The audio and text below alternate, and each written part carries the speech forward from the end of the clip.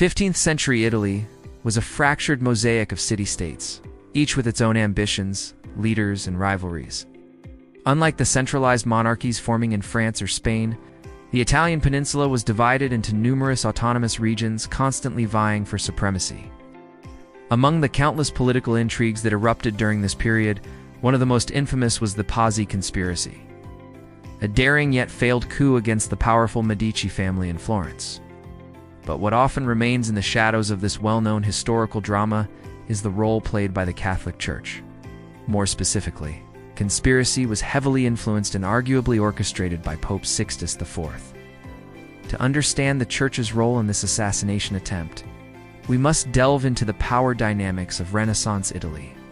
Florence, under the de facto rule of Lorenzo de' Medici, known as Lorenzo the Magnificent, was both an economic powerhouse and a cultural beacon. The Medici used their immense wealth, primarily amassed through banking, to fund artists like Botticelli, Leonardo da Vinci, and Michelangelo. But their dominance was not limited to art and commerce. They held considerable political sway, acting as unofficial monarchs within a republic. Their influence permeated every level of Florentine life, from local politics to international diplomacy. This consolidation of power threatened other major players, including the Vatican. Pope Sixtus IV, born Francesco della Rovere, viewed the Medici not only as political adversaries, but as a financial threat. The Medici controlled the papacy's finances through their banking empire, limiting the Pope's ability to exercise independent authority. Sixtus IV, whose papacy lasted from 1471 to 1484, was not a spiritual idealist but a politically savvy and ambitious man who approached the papacy as a Renaissance prince. He was a man of the times, more concerned with temporal power and dynastic expansion than with pastoral care. His papal reign was characterized by nepotism, expansionism, and a clear preference for secular power over spiritual purity. From the outset, he worked to elevate his family, the della Rovere, placing relatives in powerful ecclesiastical and political positions. One of his most notable appointments was his nephew, Girolamo Riario, whom he made Lord of Emilia, city the Pope had purchased using church funds, a move that alarmed many, including Lorenzo de' Medici. This act was more than a political maneuver. It was a direct challenge to Medici influence in northern Italy, and a provocative signal of papal ambitions beyond spiritual leadership. When Lorenzo opposed the Pope's acquisition of Imola and blocked the Pazzi family's attempt to take over the Medici's banking responsibilities for the Vatican, relations soured rapidly. The Pazzi, wealthy Florentine nobles, had long been rivals of the Medici and saw an opportunity in the growing rift between Florence and Rome. Sixtus IV, eager to undermine Lorenzo, found in the Pazzi willing collaborators. The Pope's desire to replace Medici influence with that of his own allies aligned perfectly with the Pazzi family's ambition to reclaim lost power and prestige within Florence. The conspiracy was not merely the result of local grievances. It was an elaborate, multifaceted plot involving some of the most powerful figures in Italy. The plan was brutal in its simplicity. Assassinate Lorenzo and Giuliano de' Medici during Easter Mass at Florence's cathedral, Santa Maria del Fiore. Killing them in a sacred setting would add psychological weight to the act, cloaking the political assassination in divine legitimacy.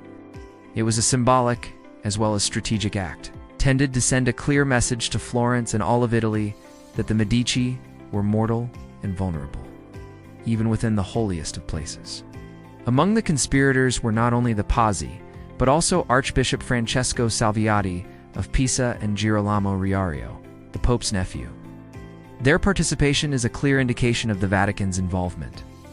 While Sixtus IV never explicitly admitted to orchestrating the plot, he offered no condemnation of the actions and made military preparations in advance, suggesting he anticipated and supported the outcome. The use of clerics and church resources in planning and executing the assassination plot shows the extent to which ecclesiastical authority had become entangled in secular power struggles. On April 26, 1478, the conspirators made their move. During High Mass, as the congregation knelt in prayer, assassins stabbed Giuliano de' Medici 19 times, killing him instantly. Lorenzo, however, survived. He was wounded but managed to escape with the help of his allies and quickly took control of the situation. Within hours, Florence erupted in a wave of retaliatory violence. The city, deeply loyal to the Medici, responded with a ferocity that reflected both the shock of the attack and the deep political divisions within Florentine society. The Medici's response was swift and unforgiving. Conspirators were hunted down, tortured, and executed in public. Francesco de Pazzi and Archbishop Salviati were among the first to be hanged, the latter ignominiously thrown from a window of the Palazzo della Signoria. Over the next few days, dozens of others were captured and killed, effectively extinguishing the Pazzi family's political ambitions. The message was clear: betrayal and violence would be met with ruthless justice. Florence, under Lorenzo's leadership, would not be cowed or destabilized by outside forces. But while Lorenzo solidified his control over Florence, the Vatican launched its counterattack. Outraged by the executions of clerics, Pope Sixtus IV excommunicated Lorenzo and placed an interdict on Florence. This meant that no sacraments could be performed in the city, a severe punishment in a deeply religious society. The Pope also called upon his allies, including King Ferdinand I of Naples, to take military action against Florence. What began as an internal Florentine crisis quickly escalated into a broader geopolitical conflict involving major powers of the Italian peninsula. Despite the pressure, Lorenzo did not back down. He used the crisis to demonstrate his diplomatic prowess. Secretly maintaining religious services in Florence and rallying political support from other Italian states wary of papal overreach. In a move that stunned Europe, Lorenzo traveled unarmed to Naples in 1479 to negotiate directly with King Ferdinand. The audacity of this mission was matched only by its success, as Lorenzo relied on personal charm, reasoned argument, and political savvy to achieve what military force could not. The journey was perilous, but Lorenzo's gamble paid off. His charisma and reasoning persuaded Ferdinand to break with the Pope and make peace with Florence. With the Neapolitan threat neutralized, Sixtus IV found himself isolated and forced to lift the interdict. Lorenzo emerged from the crisis stronger than ever, both politically and symbolically. He had faced down the papacy, preserved the independence of his city, and elevated his own stature from wealthy patron to masterful statesman.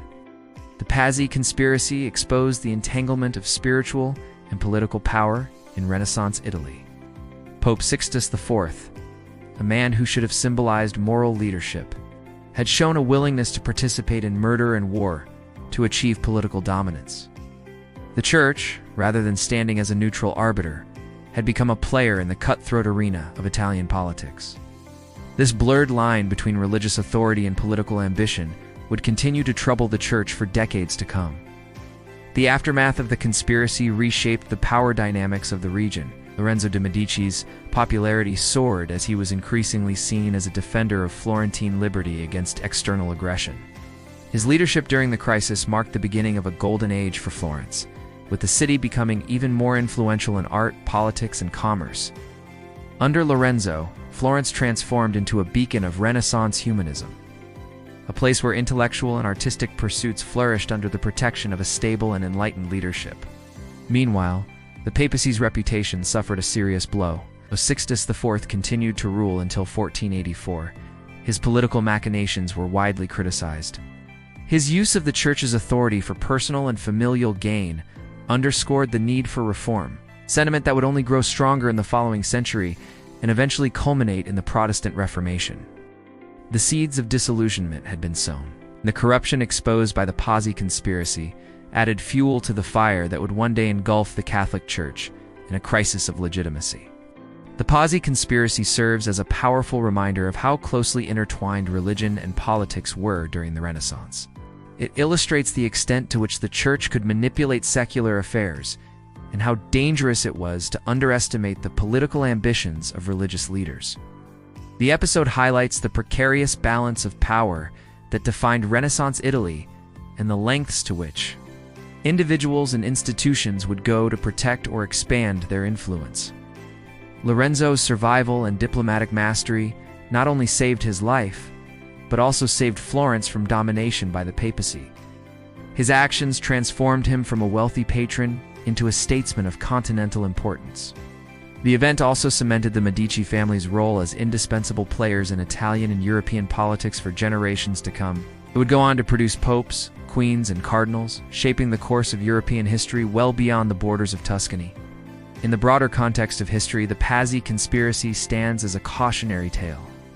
It reveals how ambitions, whether spiritual or secular, can lead to conspiracies, bloodshed, and unexpected shifts in power. The lessons it offers continue to echo in modern times, where the boundaries between faith, power, and governance remain as relevant and fragile as ever. It reminds us that history is often shaped not just by battles and treaties, but by the calculated risks and bold decisions of individuals, willing to challenge the status quo in the pursuit of a greater vision.